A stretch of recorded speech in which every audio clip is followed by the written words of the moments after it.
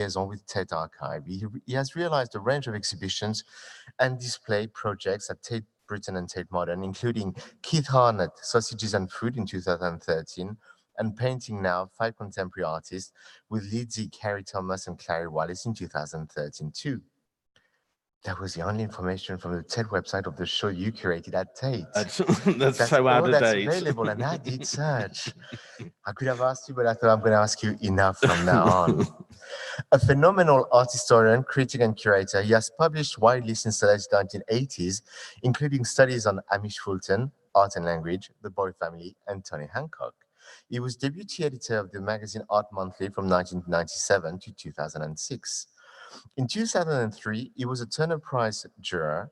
Between 2007 and 2008, Andrew Wilson was the Tate representative in the Arts and Humanities Research Council-funded research network, Land, Art and Culture of Landscape 1967-1977 with the Slade School of Fine Art and the University of Nottingham. Over the years, he has contributed to a number of publications about Gustav Metzger, including Gustav Metzger, Damaged Nature, Autodestructive Art in 1996, Gustav Metzger, History in 2005, Act or Perish, Gustav Metzger, Retrospective 2015, We Must Become Idealist or Die 2016, and curated Made New at City Racing London in 1996, and Gustav Metzger at Tate Britain 2015. He is a founding member of the London Institute of Pataphysics, and that I will look forward to hearing more too. He soon will resume work on a major study of counterculture in London in the 1960s and 70s. Please welcome Andrew Wilson.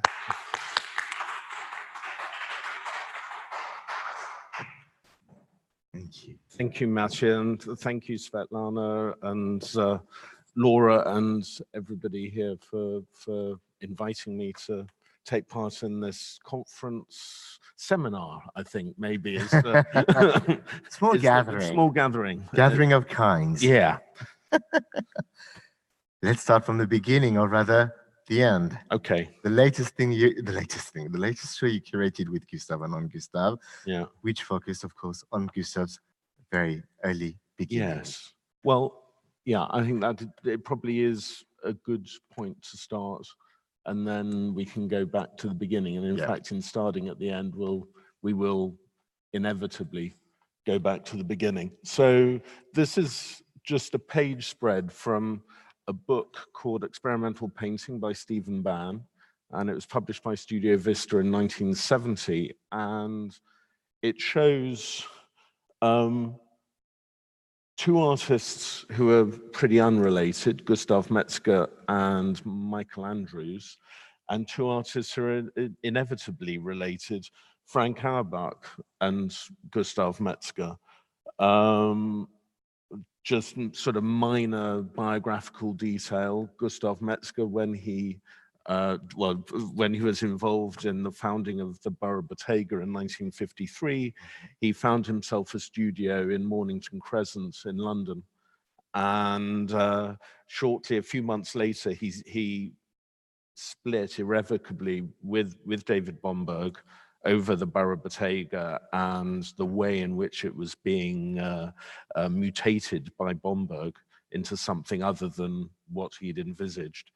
And he passed his studio on to a fellow student of Bomberg's, Leon Kossoff, who within the year had passed the studio on to Frank Auerbach, and it's the studio that Frank Auerbach still inhabits. But the reason for looking at this this image is it's a very, for me, a very, very, very powerful page spread, because I always knew that that Gustav had this life before auto-destructive art. Absolutely. You know, it was something that he talked inexorably about, and as time went on, his chronology was rehearsed and re-rehearsed and then published, and it gave an extraordinary history of an artist in his early years. But since 1960, all of that work that he made was completely invisible. It's as if it had been washed off the face of the earth, apart from this one image, which somehow, and amazingly in color as well, Stephen Byrne had found to include in this book, Experimental Painting. And for a very long time, in the 80s and later, I kept on hoping that I would find work by Gustav. You know, little leads were sort of put in my way. And I remember once in the late 80s trying to find a Chelsea picture framer that apparently Gustav had left work with at some point. Well, there was no such picture frame, or at least not in existence anymore, and I'm not sure. So it was really kind of surprising when I got the message that all the work that Gustav had made from the 40s until the early 60s 64. was discovered, was rediscovered again. And he'd left it in a loft above a garage in North London, in a family member's house. At his haunt, And he decided quite precipitously that it should all come to safety.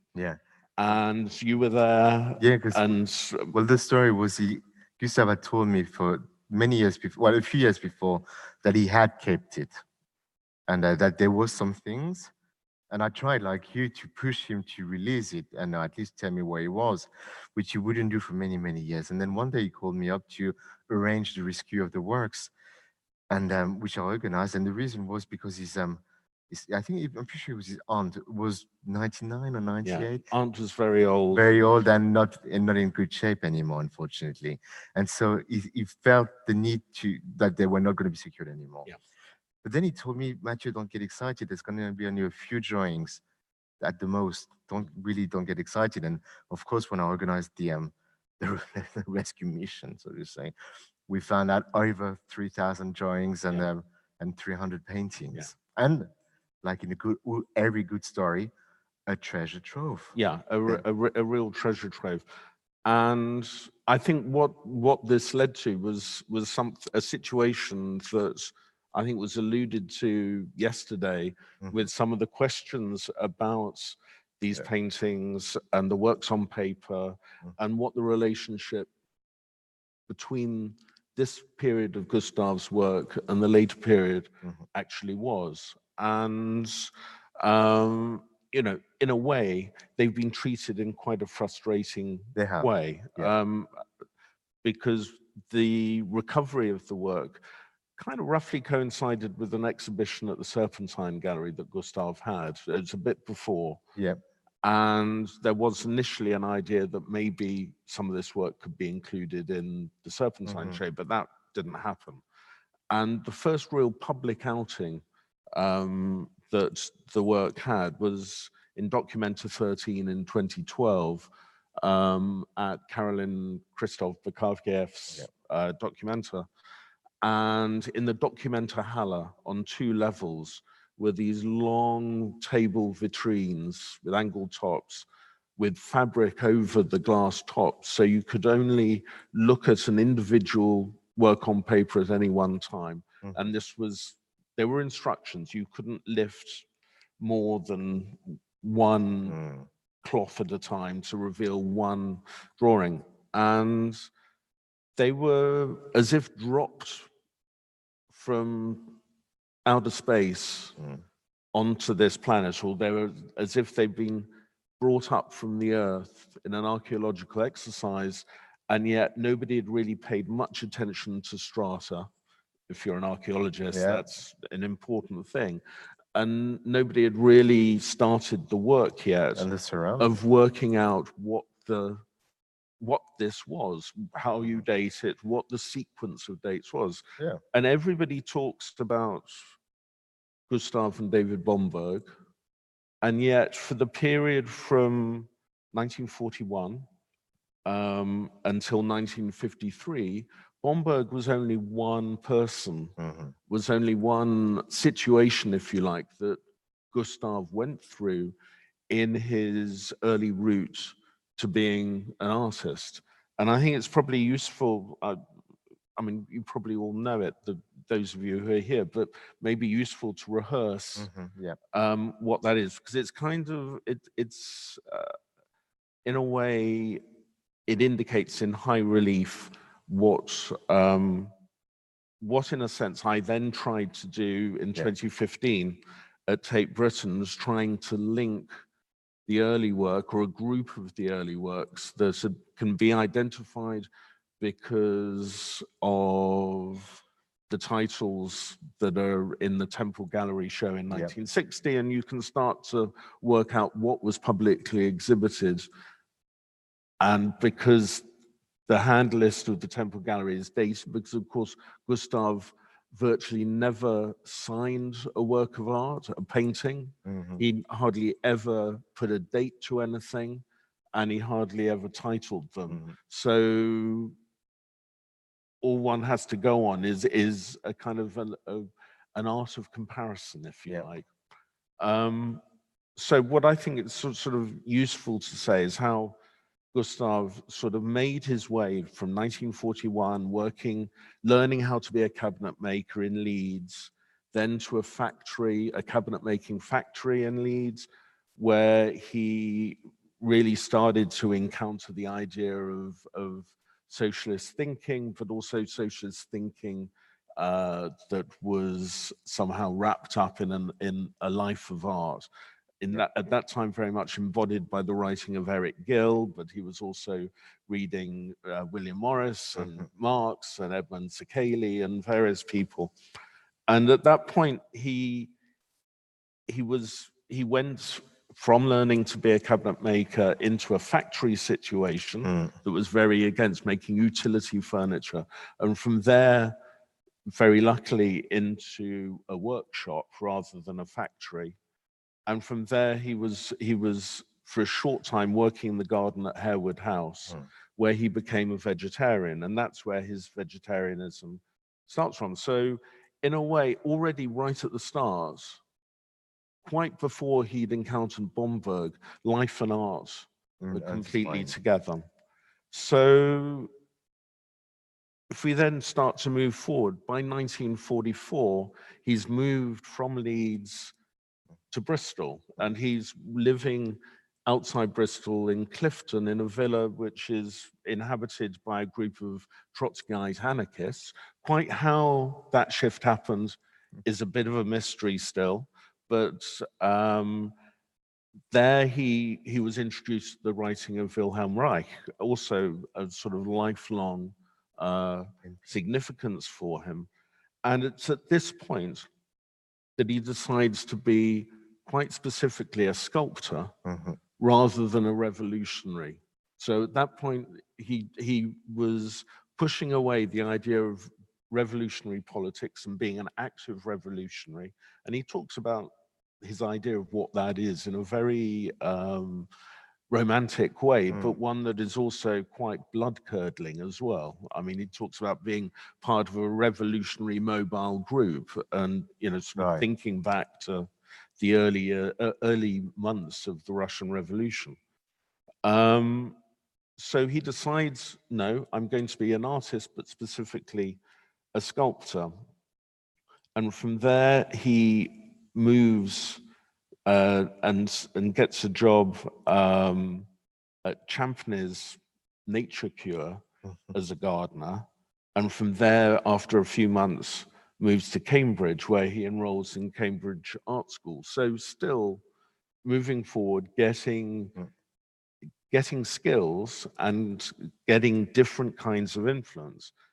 And the following year, he stays at Cambridge Art School into 1945 and then moves to London, where he enrolls in the John Cass Institute and stays there till 1948. He stays enrolled there for 1948. But this is at the point in 1945 where he starts to attend the evening class the evening life class of David Bomberg, who the following year encourages him to take part in the daytime composition class. And this is it's not a full-time attendance. This is very much part-time, and it's one that he comes and goes, and he does it in 46, returns in 47 for a short time, and also in 48. And at no time does he join the Borough Group, which is a group of artists around David Bomberg. So he's involved.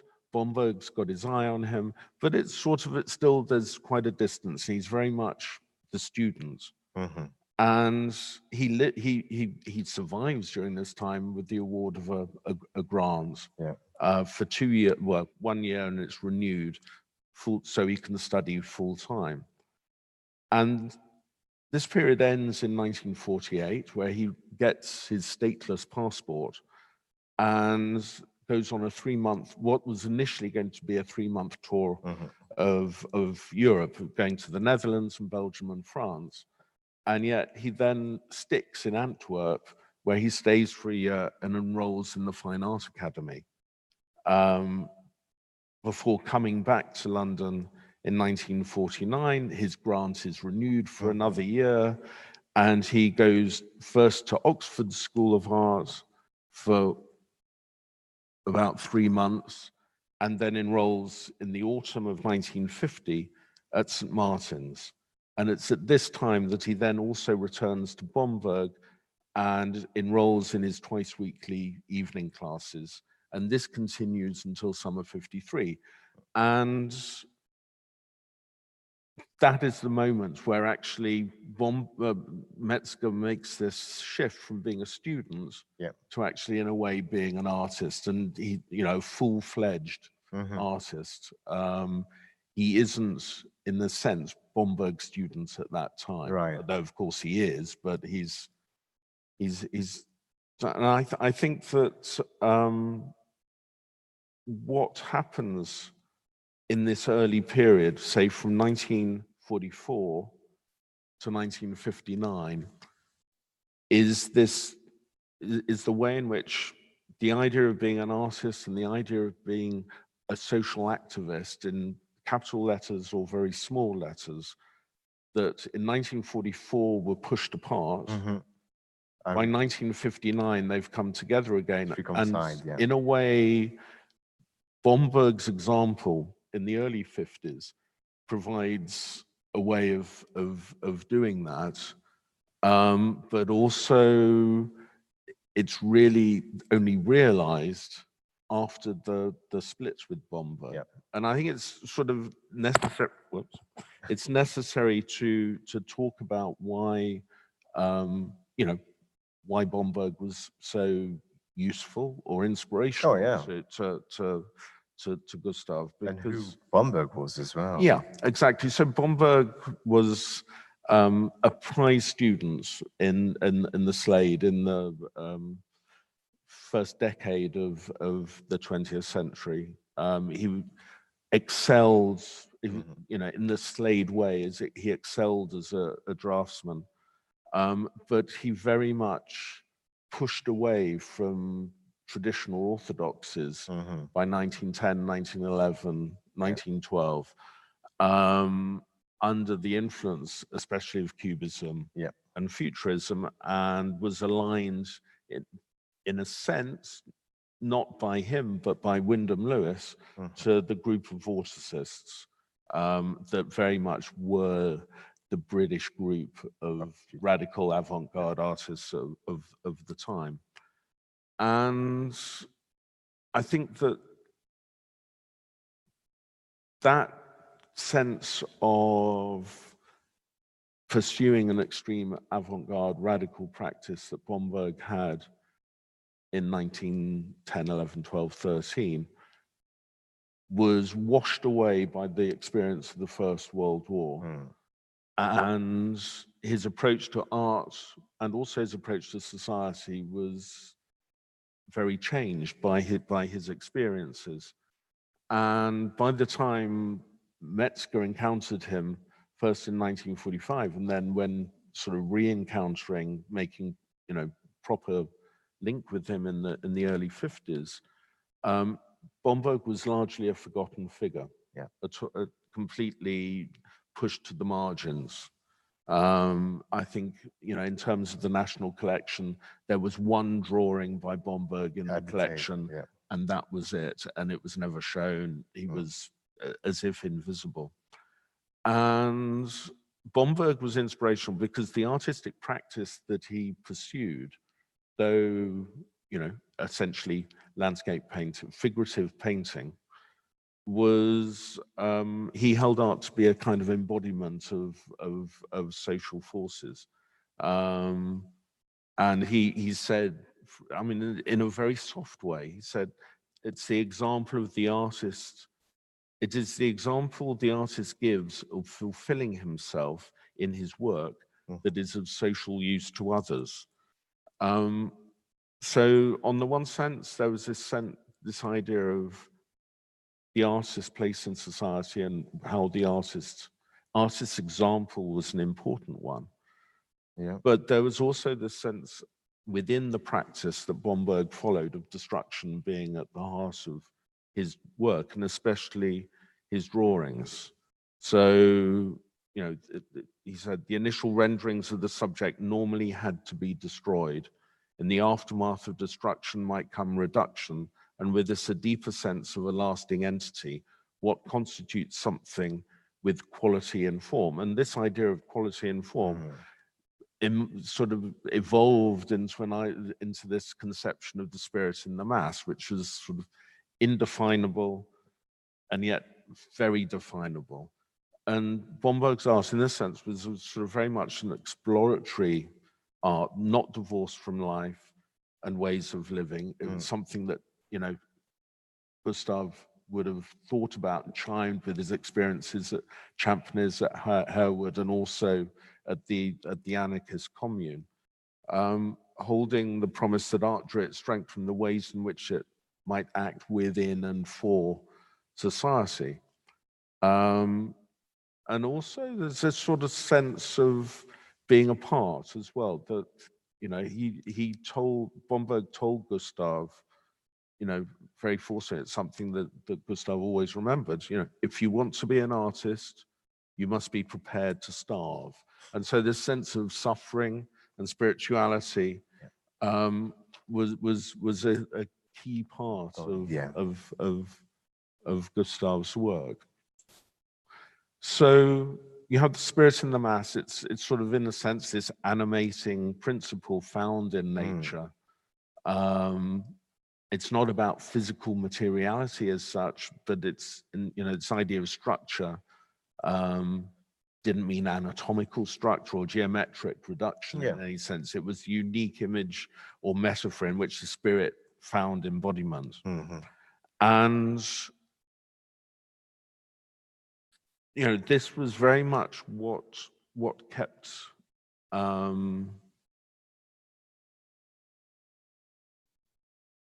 Gustav's work in the early 50s going. And as I said, there was this break, this Yeah. utter. But what, just before the break, though, it's quite interesting that, as you said, it breaches the moment of being a student to that of being an artist. But however, he always considers Bomberg a mentor. But one of the things we discovered, for instance, when we uncovered all the work, was a drawing signed by both Bomberg and Metzger of Auerbach. Frank Auerbach, yeah. I mean, that was a common activity Indeed. within the Bomberg's classes. I mean, Bomberg was very easily able to be very critical of artists sort of within his studio, and would tear up their drawings with impunity. But at the same time, he would also take part in the creative process as well. It's sort of an act of showing, an act of guidance.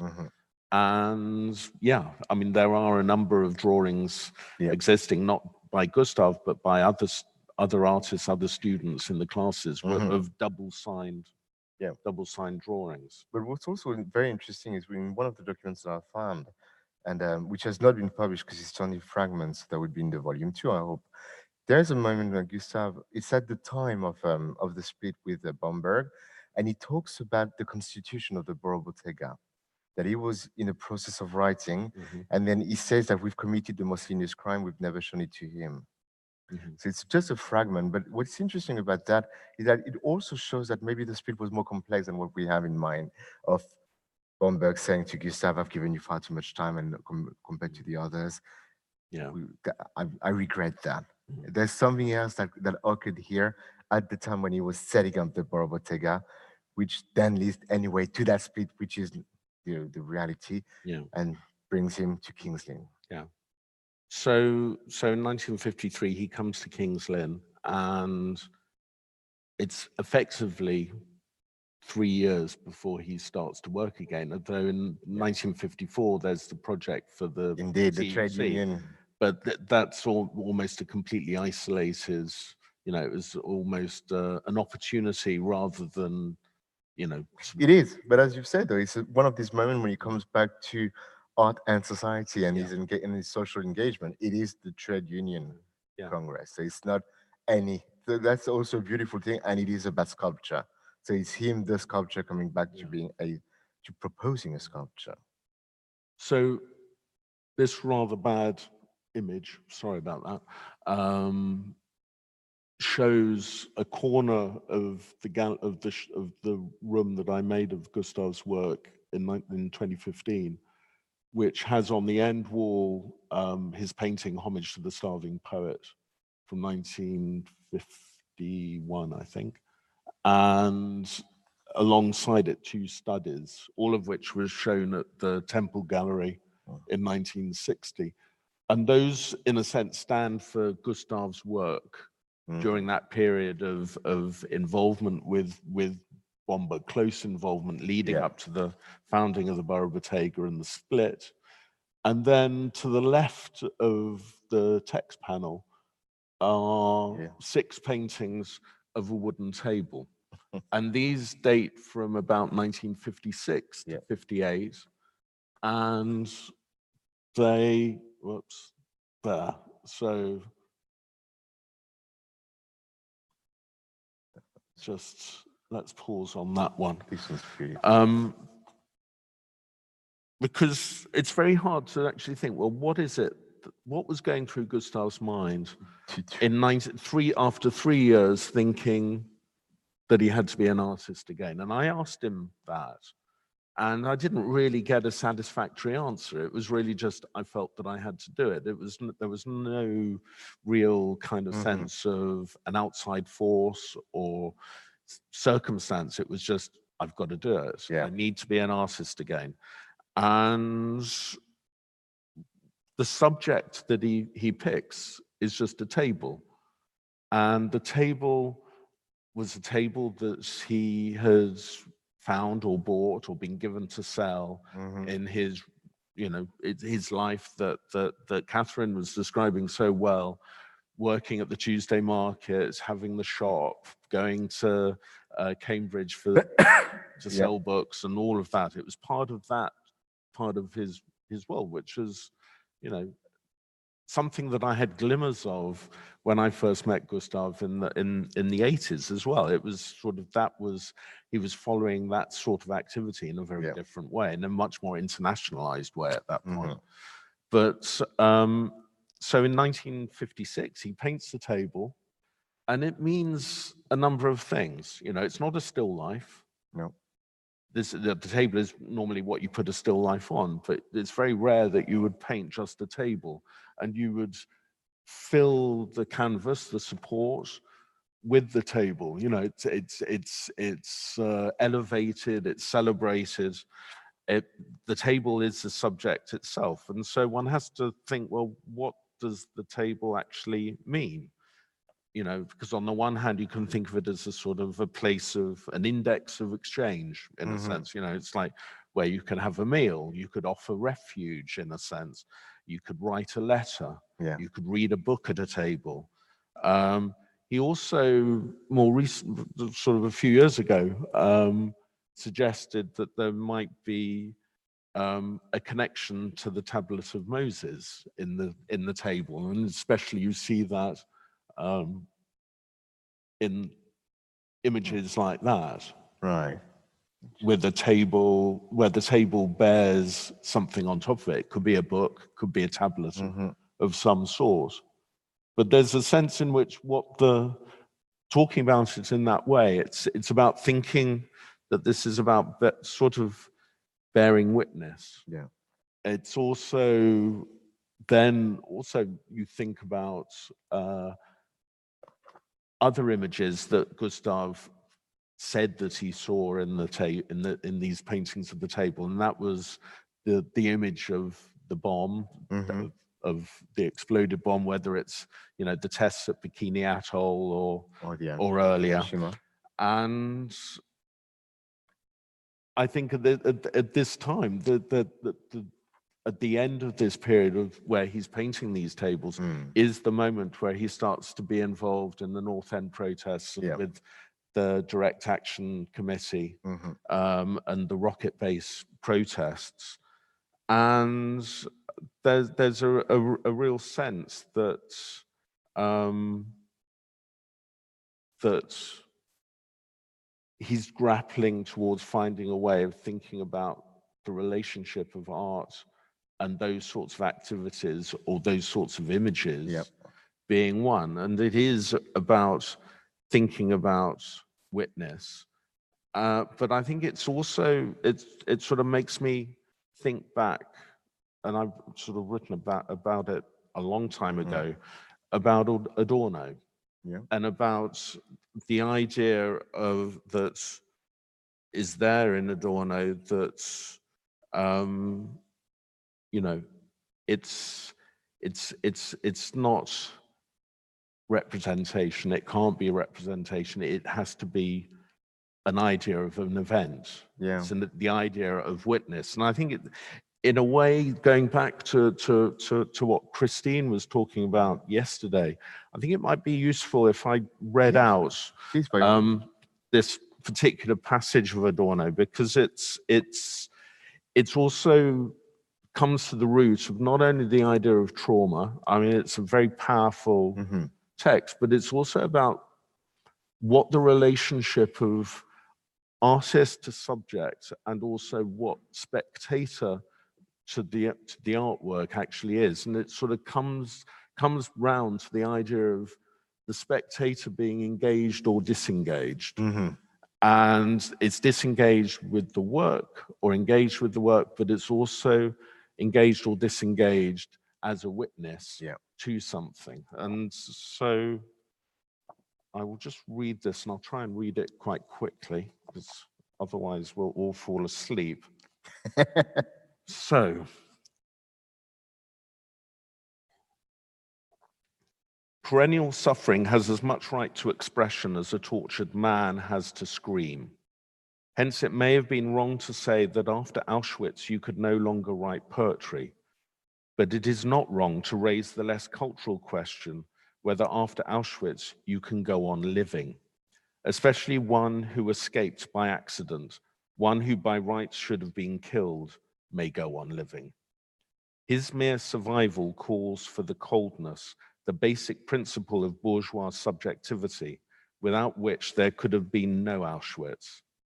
This is the drastic guilt of him who was spared. By way of atonement, he will be plagued by dreams such as that he is no longer living at all, that he was sent to the ovens in 1944, and his whole existence since has been imaginary, an emanation of the insane wish of a man killed. Thinking men and artists have not infrequently described a sense of being not quite there, of not playing along, a feeling as if they were not themselves at all, but a kind of spectator. A critique of philosophical personalism indicates, however, that this attitude toward immediacy, this disavowal of every existential posture, has a moment of objective truth that goes beyond the appearance of the self-preserving motive. What does it really matter is a line we like to associate with bourgeois callousness, but it is the line most likely to make the individual aware, without dread, of the insignificance of his existence. If negative dialectics calls for the self-reflection of thinking, the tangible implication is that if thinking is to be true, if it is to be true today, in any case, it must also be a thinking against itself. If thought is not measured by the extremity that eludes the concept, it is from the outset in the nature of the musical accompaniment with which the SS like to drown out the screams of its victims.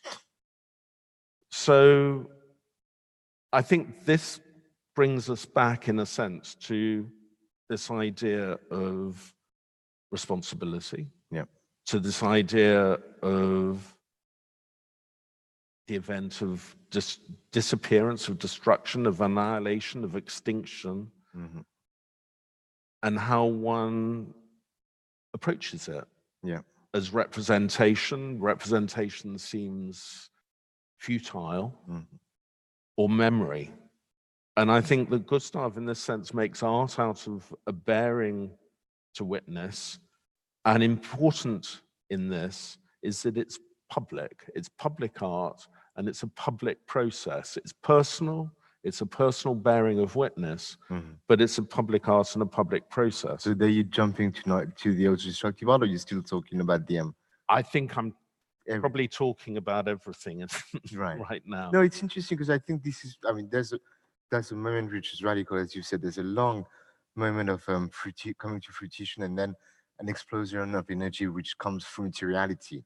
One of the great things about your show that you illustrated at the time in 2015 was that moment that is a painter for over 15 years and then tries on metal, tries on plastic for only a few years, and then come the epiphany of auto-destructive art and painting on island, and then the new world opens up to itself. I mean, I think one of the things, I mean, thinking about that procession of media, in a sense, painting on what was available to him in King's Lynn, what he could find, and then thinking back to the conversation that he had with Bomberg in 1946, when Bomberg asked him, what do you want to be as an artist? What do you want to do? How do you want to be an artist? And he said it was all about speed, basically. He wanted a fast and intense way of understanding the world, painting the world, doing it. And I think there's a way in which that idea of speed, the instant, is very much part of the that procession of media. And it's also, thinking about it, you go from painting to, first of all on canvas or on board or on cardboard boxes. Or newspapers, and then onto galvanized steel. So there's this sense of, this is an industrially fabricated thing. It's a technologically made thing. I mean, it's actually kind of ironic in a way. That's what I was going to bring to you now, because Gustav wanted to give the Tate some of these paintings on steels, right? Well, it was more as a purchase rather than a gift. Okay. My point was not the money. My point was about the fabrication of them. And you told me that you could not accept them. We couldn't accept.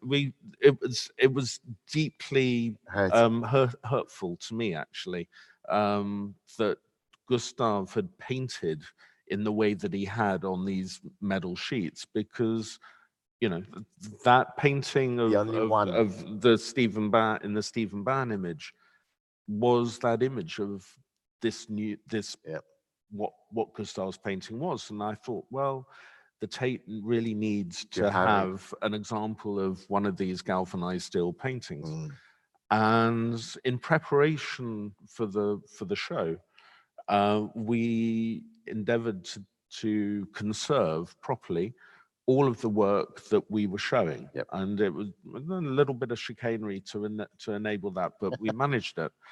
But what that threw up in terms of the steel was that the way in which the galvanizing process had taken place, the chemicals that had been used for that were actively eating the paint that was on the surface.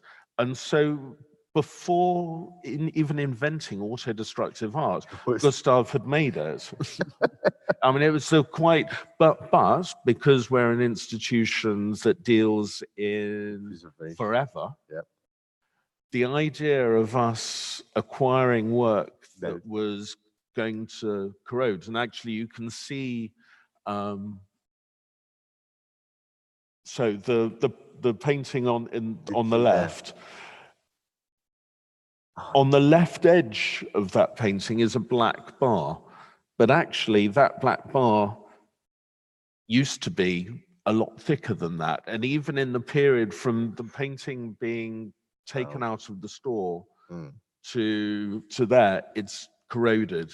So yeah, they're very... what was beautiful when you went to see the show was there was bits of paint which started to fall during the show. Yeah. But I thought that was a really telling story as well, because we talk about trauma, but here's another drama. Yeah. Very different, albeit. Yeah. But I think I mean, to go back, I mean, I think... No, but I think it's important. That's what I wanted to say. We will move on, don't worry. Yeah. But we have to cover that period, because again, very much like what we've done earlier on, this is an undiscussed period of Gustav. Yeah. But I think that what I think is important is kind of thinking about, the Adorno text that I read out, which dates from 1966. I think it was when it was first published in Germany. To move then and place alongside that the text that Gustav read to the court when he was being sentenced in 1961 as a member of the Committee of 100 for refusing to be bound over to keep the peace. Yeah. Because if you think the terms in which Adorno wrote, so he was, before he was led down from the dock to start his prison sentence, he was allowed to read a statement to the court. And he said, I came to the country from Germany when 12 years old, my parents being Polish Jews, and I am grateful for the government for bringing me over. My parents disappeared in 1943, and I would have shared their fate. But the situation is now far more barbarous than Buchenwald, for there can be absolute obliteration at any moment. I have no other choice than to assert my right to live. And I mean, I think that what I'm trying to sort of fumble towards here is this, to answer this question of what does it matter? It's sort of the questions that Adorno poses, that we all pose to ourselves when we're going to, should I go on this march or not? Should I support Extinction Rebellion or not? Should I go on, an anti-Iraq war march or not? What's the point? What does it matter? And I think what Gustav answers in that text that he read out to court was that it does matter. It matters to assert existence. It matters to assert the right to live, the right to pursue mass demonstration, the right through the enaction of disappearance to stand as witness to disappearance. And I think the idea, thinking about autodestructive art in that sense is to think about it in, it's a thinking against thinking, like Adorno. It's thinking about disappearance as witness to disappearance. It's also using production. It's using science against science. It's, it's a critical, it has a critical force. Yeah. And also something which is quite interesting about the moment when it goes into the autodestructive art is the symbolic killing of the father, in the figure of Bomberg. Bomberg was dead by that time, but his widow told Gustav that he would not have approved. Yeah. Which I think was both a liberation and furthermore the drama enhanced. So I don't know. Let's scoot forward. Sorry, this is so. The room that I made was very much pivoting around that period of 1950, effectively to 1962, and the reason why it was 1962 rather than 1960 Is to include the exhibition, no? was to include a group of paintings that were really, again, kind of a real shock to me, which, okay, giving you a little potted, yeah, impossible to read. Sorry about that. Very bad scans I made. Of the manifestos, but you have them in a great book. But they're in the great book, so it's fine. It's a group of these paintings. Catherine showed one earlier, and they're a group of about 5 or 6 of these paintings, which are very different from a lot of the other work there that was found out of the store. They're painted on, as Catherine said, on Kodak, boxes for Kodak film. And what was fascinating about them, because I looked at them when I first saw them, I thought, oh yes, they must be somehow around 1958, 59, and then, you know, around the time of the mild steel paintings, maybe a little bit afterwards, and then there's the acid on nylon starts 1960 for the Temple Gallery demonstration, which is rehearsed in the studio in King's Lynn. And then I found this couldn't be the case, because old-fashioned ways, these are really well fabricated boxes, and they all have a stamp in them that says when they were made. And so then you can also look at the registration numbers for the film, and you can find out roughly when the film was put in the box. Interesting. And so none of these paintings could date before 1961, and probably didn't date long after 1962. So that's a sort of, because also the work, though Gustav did visit the store afterwards, virtually all of the work was in the store dates from the 40s to about 1962, 3-4. Yeah, I think you put it there in 64. Yeah. So, and these are kind of really fascinating because they show him going back to painting. They're not, you know, there isn't this sense of progression. However, one could argue that he never left painting. Exactly. He said with the autodestructive art, the Southern demonstration. But please, by all means, keep on. What's interesting to me, of course, he doesn't follow the doxon either, because he's meant to say, as he said, 1960 is the end, with his Temple Gallery own retrospective, 1945-1960 exhibition.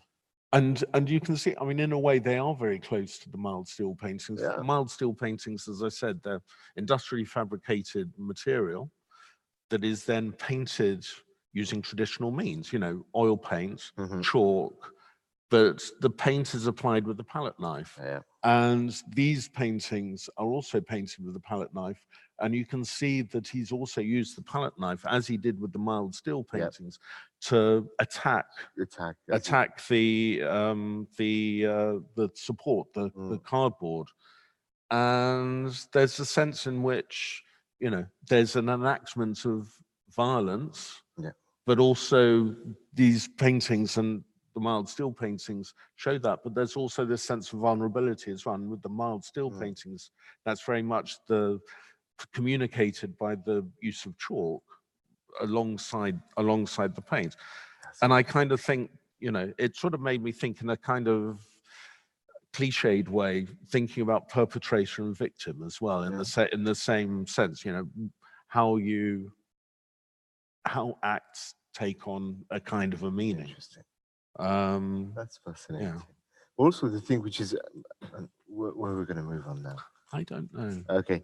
Because maybe one other thing which is interesting in that regard of the painting you've just shown is he would come back to drawing at the very end of his life. Yeah. And in the discussion we have with Ulrich is, I remember I curated a show in Reykjavik, to which wanted to have one of his drawings that he had showed me, which I found truly beautiful, with rust, and that he would use in a watercolor kind of a way. But he wouldn't lend me the original. So he went to the shop and did a color photocopy of it that he lent it to me, which of course I was very happy to include nonetheless. And then I said that story to Ulrich, who was at the time of Decades, wanted to include his latest drawings as well, to which Gustav did the same thing. only copies, not the original. Yeah. But let's go back here I mean, now. I think the idea of Gustav and painting is a fascinating one, because in a way he didn't leave. He did leave painting, or he moved into other areas. Mhm. But there's a sense in which at the end, and especially from the points he had his home in Allingfort Road, Yeah. where he lived in a house which had really amazing light. It was a light that, he papered the windows, that's for sure. But when you took the paper off the windows, Yeah. it had an amazing light, which he talked about. And through that light, he went back to drawing again. And he talks, after, in the 2000s, 2006 and 2004, 5, 6, and after, about wanting to do painting. It's like he wanted to make paintings. Yeah. And, one could think that was maybe a step backwards. But I'd like to think it's not. It was actually very much a step forwards, using accumulated experience. But And also, in a very wide way, as we said earlier, he kept on making art throughout his life, and this is art too. Now, talking of art, is another kind of an art, which I remember when we rediscovered these photographs, the National Portrait Gallery called us, and we went through everything with Gustav, and then he saw these ones, and he said, I hated that. Yeah. Because he was staged. Yeah. But I think it's brilliant. It's a great photo montage of him traveling the street of London with that bag. Yeah. Oh, he's basically, in a sense, traveling to the Temple Gallery, which is a gallery in Belgravia, with one of the props for his lecture demonstration in the summer of 1960. Yeah. Yeah, it's kind of bonkers, really. And so there he is in the giving the demonstration, or pretending to give the demonstration, with the bag hanging behind him. Yeah. Sorry, these are really bad, low resolution. Sorry about that. And the aftermath of.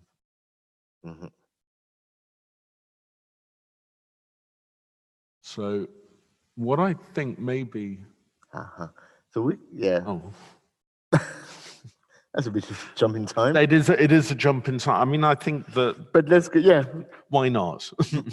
No, we're free to go anywhere. I think in a way it does connect. It does indeed. Yeah. This idea of social responsibility, artistic responsibility, and. So let's start with the document. Can you tell us what is on the right-hand side? Okay. Where does it come from? Well, that comes out of my filing cabinet at home. But rather, how does it come from? Why did? Yeah. So when I was preparing the work for the I to Do book, the Coracle book, Nature Demised, on Auto-Destructive Art, I was preparing a text with Gustav, and we're going over certain things, and I was asking him about the project Passive Explosive that he enacted with Klaus Steik and Cordula Frevine. And this was an event that took place sort of at the same time as a big exhibition called Westkunst. And this was a big exhibition, hundreds of artists. I think there's probably only one woman artist. I mean, there's everything wrong with this exhibition. It's a sort of big declaration of a kind of early 80s kind of brute force. And there was a conference during the exhibition, and Beuys was at the conference in full force. And Gustav, who was also attending the conference because he had the passive explosive thing happening alongside, got up and questioned Beuys, and that was the statement that he asked Beuys. Yeah. Can you read? Joseph Beuys, jeden Mensch ein Künstler, Himmler auch. And of course, the problem is it's very difficult for Beuys to then climb down from the idea of the jeden Mensch ein Künstler. You're right. Because if Himmler is also an artist, well, if he'd had the right kind of Steiner education and had the right context, everything would have been okay for Himmler. Oops. But what's interesting, though, the reason why you have it written is that Gustav wanted you to have the correct wording that he had used at the time. Absolutely. That's why I find he sat down and he wrote it out because he wanted to make sure that somebody like me who doesn't understand German, doesn't, he didn't want me to get it wrong. Right. He was very particular about things like that. But I thought that was a very, when you told me that story, I was fascinated by that. And of course, the link with Passive Explosive, with Soren and Samuel did the most beautiful show and research around that time. And one of the greatest discovery that I think, the show was great and the book is brilliant, but for me, the epiphany within your research was that model, which at that moment, Gustav would decide to think, what is my ideal museum? Which is, of course, the first room is to be floated, the second room is to be full of fire, and the third room. And I think, of course, this is the anti-museum par excellence. But that moment of time is also a great moment of him, Gustav coming back to art, Gustav having done the 3 years without art. And this is when you meet him, right? 2, 3 years later. I'm not really sure how interesting it is, but I think it is. I've met Gustav in, I guess, the spring of 1983. And why is it so interesting to me? Because what was he working on? Well, he was, the circumstances of my meeting, it was sort of basically, for me, set me on a certain trail. I was a student at the time. I was in my second year, at doing art history at Sussex University, and my supervisor, professor at the time, Norbert Linton, the art historian and art critic, had been director of exhibitions at the Hayward Gallery before. He came to me one day and he said, Andrew, there's this artist who's staying on campus for a few months, and I think it would be very good if you met him. And I said, well, what's his name? And he said, his name is Gustav Metzger. And I said, and, who is he? And so Norbert then kind of laid out a little bit of Gustav's history. So I went to see him, and Gustav was staying in Brighton because he was preparing a project called The Button, which was his proposal for an exhibition that Frank Popper was curating in Paris called Electra. Yeah. And it was about the history of sort of electronic art, kinetic art, that kind of thing. And Gustav's proposal, which I never really understood entirely, but the title in a way says it all, The Button. It was about mutually assured destruction. Well, it was a game. It was more than a board game, as far as I understand. It was a situation that he created where the outcome, the end game was to press the button and annihilate everyone. And so when I asked Frank Popper about that, he had lost the proposal that Gustav had sent him, so he sent me to his archive, where it could not be found neither. So I love the fact that it is extremely relevant because another unrealized project of Gustav. And it's a lost project. It is a lost one. Project. Yeah. Yeah. So I met Gustav and then decided that, I got very interested because as an art history student, I was now confronted with a living bit of history. And what was fascinating to me was this living bit of history didn't exist in the history books. And that was, that was super exciting. So it then threw me back into the library to find references that Gustav had given me that then led to other references. And I was one of the organizers of a student art society, visual art society at Sussex. And so I thought, I'm going to organize a little display of documentation because I think other people should know about this, and ask Gustav to give a little lecture demonstration. And this was incredibly involved. he got involved with the science department and the sort of getting special glassware made and hot plates and all sorts of things. And I would say, we at the event, there were maybe 5, maybe 6 people, and that included Gustav and myself. So it was, it was early days for. Yeah. But what's also really interesting as an aparté is Gustav's relationship with students Mm. and university and colleges. He would give a 1965 lecture at the Architecture Association, invited by young students. He would do the 1963-61 demonstration in the South Bank, invited by students again. So that's why I think it's extremely relevant that you, as a student, you would invite him to, or that Christian, you would visit him as a student too. So I think let's move forward. Let's not. We can. I don't know. I'm not. I think What another history is, let's go back a little bit here. I'll do that. Don't worry, we're going to move forward, guys. Is there. Because that is also one of the moment you have worked together. Well, you have had an ongoing conversation with Gustav since that moment you meet him in 1983. Yeah, I mean, on and off. on and off. Yeah. And then comes 1996 when you create the show Made New York City Racing, which is to come back to that 1959 cardboard exhibition and cardboard show. But what I'm fascinated and I'd like you to talk about is the idea of this work and how you revisited the work together with Gustav. Well, I think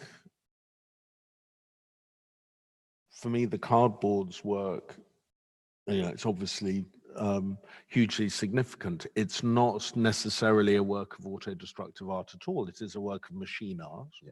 That's the first thing to say. But it is very much the underpinnings, or offers one of the underpinnings of autodestructive art. It's, it's an exhibition of the cardboards as their functional machine-made things, a little bit like galvanized steel. They have a very particular purpose. They are the cardboard wrapping of a television set. Yeah. But they have an ephemeral, that purpose is very ephemeral. Once the television is out of the box is not needed anymore. And Gustav then makes that purpose even more purposeless by isolating individual elements from the box, which he says he's selected and arranged, and they're from discarded elements. Anyway, so the original cardboard reliefs do not exist anymore. No, but he didn't keep them, because if I remember well, he put them back in the street after the show. That's one of the stories I heard. Well, I think they're different stories. They're heard at different times, maybe. But I think what's interesting to me about these is also they show an affinity with a number of areas of Gustav's, if you like, influences and the prehistory behind autodestructive art.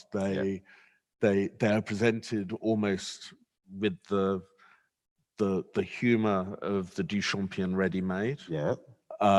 They also link to the functionalism of the Russians, Tatlin, Rodchenko, Sternberg brothers, and so forth. They also link to Kurt Schwitters and Merz. Yeah. It's the idea of the union of art and non-art. And also to the as found, like this is 1959, this is tomorrow, was 3 years earlier. Turnbull and Paolozzi known even 10 years before that. So all of that is in this. And I agree. Schwitters was a very, very important figure for Gustav at this moment of 58, 59. Even though he had not seen the Merz, I believe. He didn't, no, he hadn't seen that. But what he had done, the Lord's Gallery, a commercial art gallery in London, had put on an exhibition of Schwitters in 1958 that he had traveled from King's Lynn specifically to see. Yeah. And then in 1959, they'd also put on another show. Yeah. And he was already at that point back in London. So anyway, that's a little bit about cardboards. No, you're right. But it was also But interesting when you mentioned, sorry, but because that's something that I haven't discussed yesterday, and I want to pay tribute to that too, which is the kinetic element to these. yeah, That the shadow that we see were meant to be played with, yeah, and that the public was invited to do so. yeah, And I think this is one of the key. yeah, But then comes 1996, had to revisit an iconic work such as this one. First of yeah. all, is the idea of to make new, Mm. which always reminds me of that most beautiful expression by the late Xavier Dourou, the co-director of the consortium. We came up with this expression, refaire des choses nouvelles, to Mhm. do again Yeah, new yeah. things, Mhm. which he would have invited César to remake his famous Yeah. compression. And here you invite. Well, I think that's a really beautiful idea to make new things happen in a sense, because that show, it was a really trite show in a way that I put on because it was a very selfish show. I wanted to see work that I'd never seen before, Yeah. work that hadn't existed or didn't exist anymore, like the cardboards, Yeah. or work that had to be made to exist. So like Barry Flanagan's Ring N, Yeah. and Tim Mapston's Leaning Structures, again, an artist that was hot for about 2 seconds in the mid 70s and then never heard of again. And I managed to track him down and get the blueprints for his Right. structures and remake them. And with Wonderful. Gustav, it was an idea, well, how do you approach this? Because actually what we made, or what we presented in the gallery, is a world away from these. They are cardboard, yes. They were cardboard boxes that had been found from the street, discarded, yes. But their function, as they are on the street, Yep. was kept intact. Yep. And Gustav wrote a little statement, which is probably useful to read very quickly. It doesn't take very long. It's, if I can find it. It's by year. It's very well organized. Yeah, but which year was it? 96. 96. Hold on. There you go. I've got it. We're almost there. It's Yeah, I've got it. 576. I've got it. So he says, the Cardboards exhibition in 1959 took place as my white heat of technology phase was revving up. It lasted a long time. Remaking that exhibition would be extremely difficult.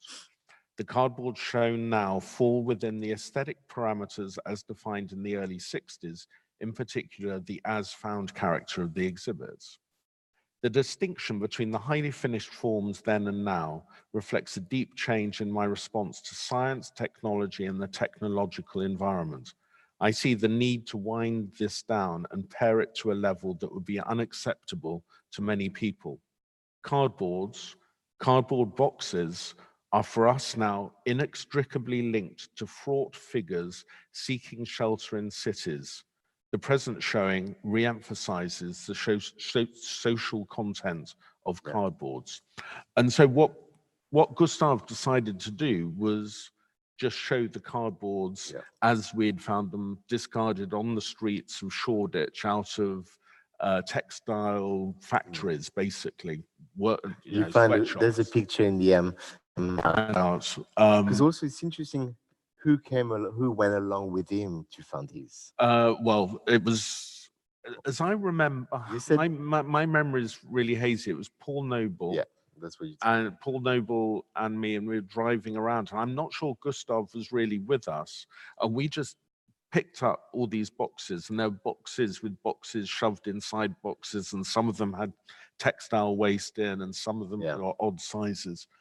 And we brought them back, and Gustav picked some, arranged them in the space, and then I'll never ever forget it. I mean, it's sort of stupid to say, but I'm going to say it. He kind of stepped back a little bit from the arrangement of cardboards that he'd made, and said, "See, cubism." Yes, And I think there's a sense of seeing a kind of aesthetic connection to what are just brutal arrangements of materials that would be taken by a homeless person to fashion a bed, I think it's a and he brilliant statement. he would say that.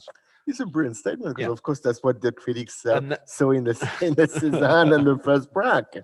so then what happens? You know, this is like an intervention in the space. Mhm. And then in 2001, Yeah.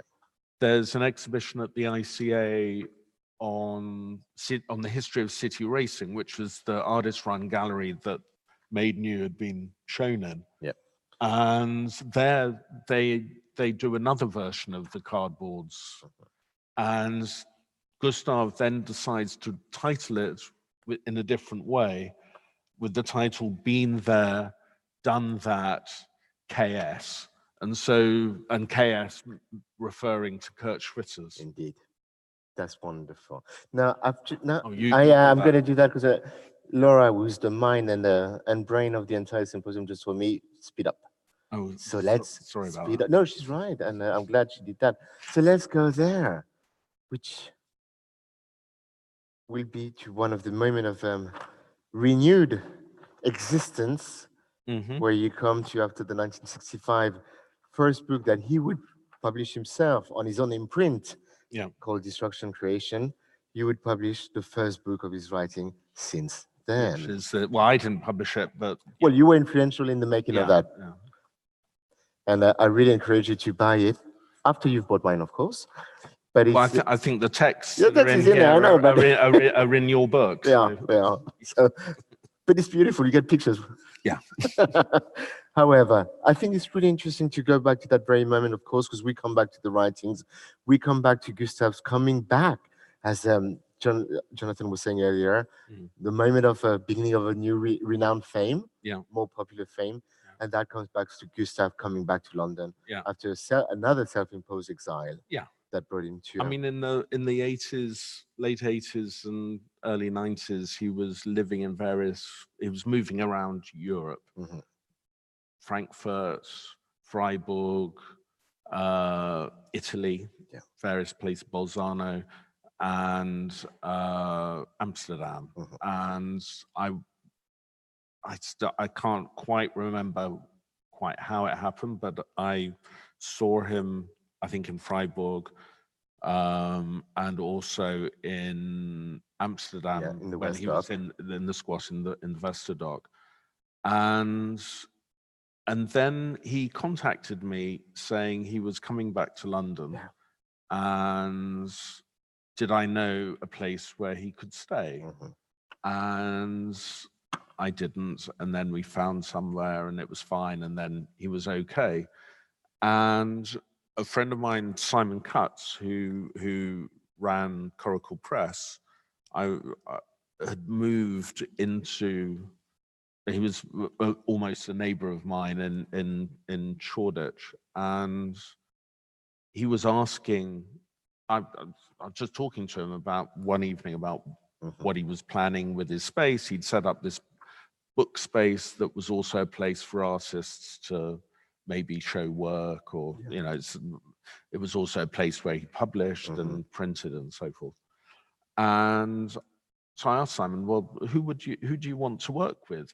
And without really thinking very hard, Simon said, well, I'd love to work with Gustav Metzger.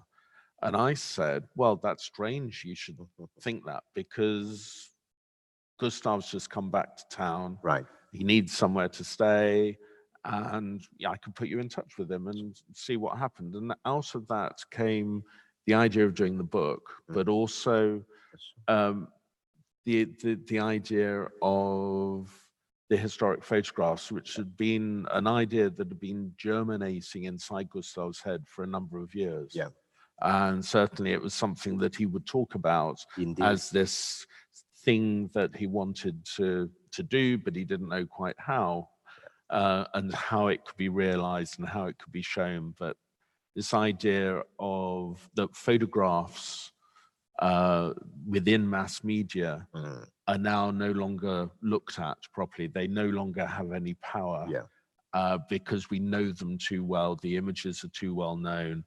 And he felt that one way to make them powerful again and to make their message communicate, in a sense, would be to cover them over, make them invisible. Mm. And the sorts of images he was thinking about were images such as Hitler addressing the Reichstag, the Warsaw Ghetto, the images of Jewish people being made to wash the streets in Vienna. Mm. And these were covered over in certain ways, but also what you were forced into as a spectator, and this sort of comes back to this idea of engagement or disengagement, was the sense in which you couldn't see the photograph in most cases, but you had a bodily engagement with the image, and it was an image that you kind of knew. So yeah, you felt it in a different way. Yeah. I mean, that's a wonderful moment, of course, of change, which is exactly what we were talking with Jonathan Bentel just earlier on. At the moment of executive profile, it changes really stance of seizing the imagery from mass media, and that really brings you onto a different path with the Alexandra Palace exhibition, of course, where he famously would do that. And so it's October, December 1990, we say that he conceived the idea of the historic photographs, which would then be realized for the first time thanks to you and Simon in that space. Clive Philpott. And then we found that most America. beautiful text afterwards that Gustav wrote to Hans Ulrich Obrist and Suzanne Paget when you invited him a few months later to go and show in Life Live, where he gives the exact instruction on how and why both the material construction instructions and the concept behind these, which, and I was gonna open it to the floor by saying the rest is history. So please do join us now. Well, I can keep on talking with him, but I'm sure you should be with me too. Ivor, you usually have a million.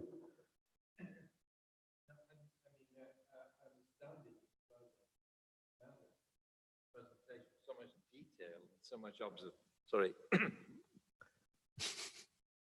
I mean, I can hardly think of anything to ask because there is so much detail and so many things that I had wondered about.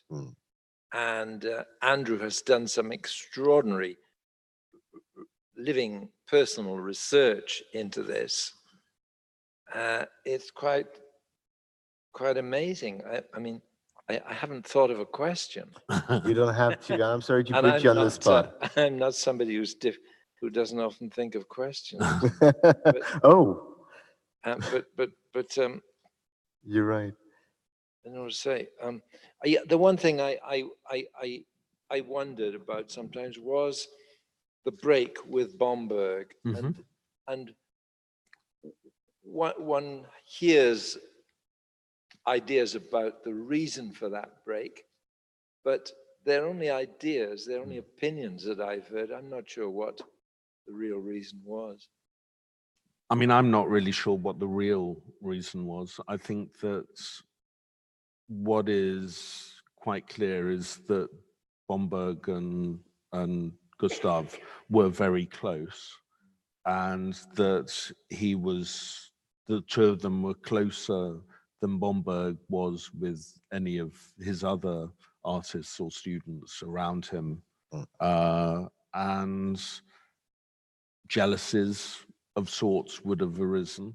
But I think also there's a sense of what the purpose of the Bauer-Bottega was essentially to give Bomberg a kind of a platform for his work.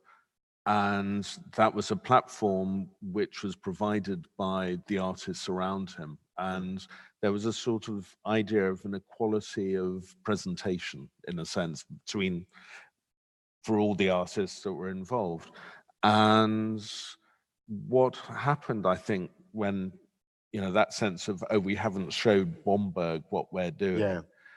Bomberg then decided that he and his family should be more involved and take over. And I think there was a sense in which Bomberg's ego clashed with what Gustav's conception of what the Bottega should be, and also what his relationship with Bomberg was. And he felt that he had no other alternative than to resign from the Bauer-Bottega, which then for Bomberg was somehow a betrayal. Mm.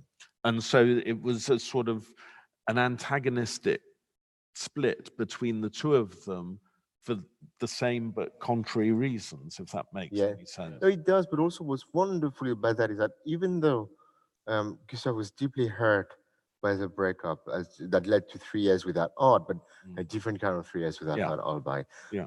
What was really fascinating is that that did not tarnish his love to him. Love, it might be a strong word, with his own immersion and his mentorship. And we found that most beautiful when we were working on on the book, we found the outline for a retrospective, which Gustav wrote in 1993, and which was just a manuscript. And he talks about his relationship with Bomberg. He doesn't talk about the split.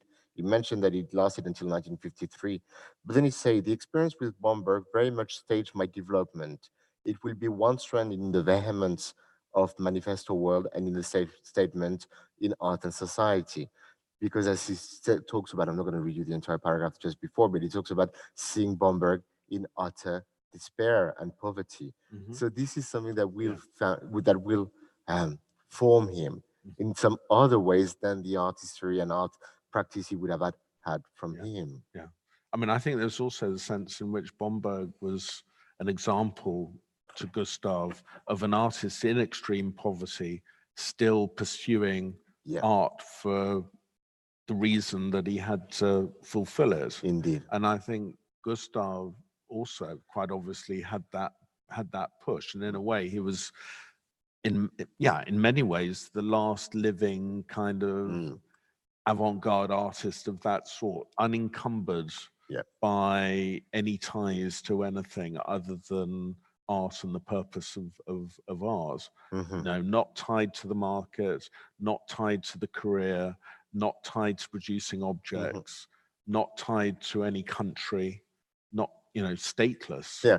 Also not tied to family, but absolutely inextricably tied to the memory of the family and the memory of the past, which, you know, as Christine said, so yeah, I mean, that was I agree. amazing. But what's also beautiful about the relationship with Bomberg is that it shows you an artist who decided never to show with commercial galleries, but in the 1950s shows with commercial galleries, tried to organize show in commercial galleries. So it tells you that art is a process. Yeah. And yes, the 1959 is a great epiphany and revelation. However, until then, he does work there. Soren, are you stretching or are you calling for the mic? No, wait, because we can't hear. I also like to track Gustav because, I mean, it's more a local question because Freiburg and Breisgau is not so far away, it's 2 hours. I didn't got it. You met him in Freiburg, or you had then, I don't know. I went to meet him in Freiburg in, I think, 1989, I think. Okay. Yeah. That's probable, yeah. Is it possible? And where? I mean, that's for me, of course, where I'm living there. I met him in, I stayed the night in a hotel on the outskirts, and I met him in a restaurant. And yeah, we spent a couple of hours together talking about things. What I was trying to plan at that time was an exhibition looking at the Destruction Art Symposium and sort of a wider counterculture in London at that time. And I wanted very much to include Gustav in it. And so I wanted to do that. And I tracked him down, I think he had been in Frankfurt. And yeah, it was sort of by hook or by crook, and so I spent a couple of days traveling across overland to Freiburg to get to him. Okay. And did you meet him also in Frankfurt? I don't think I did. No. Oh, okay. Yeah. Christian did. Sorry? Christian did. Yeah. Yes, that's right. Okay. Yeah, that was. Yeah, that's great. Thank you. But I mean, because I think it's very interesting. We talked about his archives and also to track him. It's partly impossible and sometimes possible if you have this luggage bags where you put all the leaflets inside where he was in Zurich or in Bern or whatever. So that's, I mean, I think I was really lucky in a sense because when I met him first in 1983, and we started a process of we would have lunch every week, once a week. And then he suddenly disappeared. He didn't turn up for lunch. And that was the last I saw him for about a year and a half, 2 years. Well, actually a bit longer than that, two and a half years, because what happened in the intervening period, I spent a year in Brussels and then came back and did another year at Sussex. And then I did an MA in Canterbury. And just as in the first week of starting at Canterbury with Stephen Bann, I was standing at a bus stop and I turned round and there was Gustav. And so this sense of a sort of bumping into people was actually, you know, it was like circumstance in a way. It was kind of very odd. And then, you know, there were ways of contacting him, not directly by telephone, but he would call you. And also through Cordula Frovine, there was a way of, because she had contact with him. Yeah. So, yeah. Maybe I have a little statement to conclude. Okay. As that. Yeah? So, in fitting with the spirit of Gustav, Andrew Neely could not come to be with us today, in result to the near closing of London airports in response to the Extinction Rebellion protest. Let me begin by saying that I am in full spirit and actions with the Extinction Rebellion and the call that we utterly and completely share. Indeed, what paradox to envisage an international conference that focuses on a figure that strove to ward off extinction and combat climate change in flying here to do so. When invited to contribute to the Munster Sculpture project in 2007, Gustav published a flyer that called to reduce art flight, and thus, along with the Extinction Rebellion motto, "Fly today, gone tomorrow," I would add that in some cases, fly today to raise awareness for a tomorrow is needed. Gustav wrote, "Reduce, not stop, as it is deemed necessary to reconsider our actions within the scope of taking action." It is, I am sure, what we talked about, and thus please do join me in wishing Andrew Wilson a happy birthday.